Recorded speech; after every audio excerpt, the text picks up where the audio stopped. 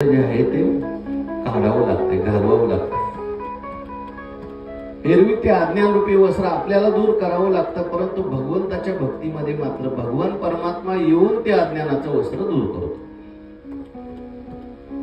याला मार्जार शिशुन्याय आणि मरकट शिशुन्याय म्हणतात. मांजर असते ती मांजर जी असते ती पिलांना जन्म दिल्यानंतर असं म्हणतात ती 5 घरं फिरवते. का फिरवते? ते पिलांना भीती असते. कोणापासून? बोक्यापासून.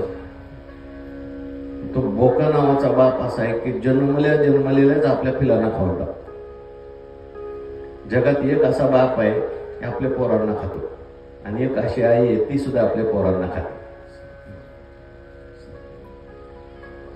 म्हणून ती मांजर त्या पिलांना उचलते, दुसऱ्या घरात ठेवते, इकडे ठेवते, तिकडे ठेवते. कशाने ठेवते हो? लासी मोहाचेनी साकडे सांगडे लासी पिले धरी तोंडे दाताचे आरगडे लागते का नाही लागते? तोंडात धरते त्याला दाताला. ज्या दाताने ती उंदीर धरते त्याच दाताने काय धरते? पिलं धरते. म्हणून उंदराला धरताना वेगळं धरते आणि पिलांना धरताना मात्र सहज अलगद उचलून ठेवते.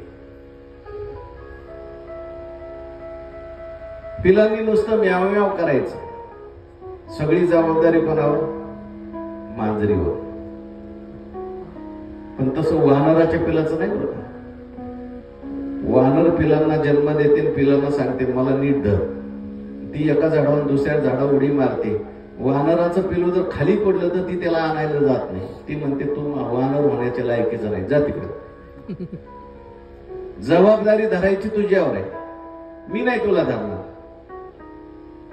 तसं इतर साधनामध्ये कर्मयोगात, ज्ञानयोगात, हठयोगात जबाबदारी आपली, आपण देवाला धरायचं.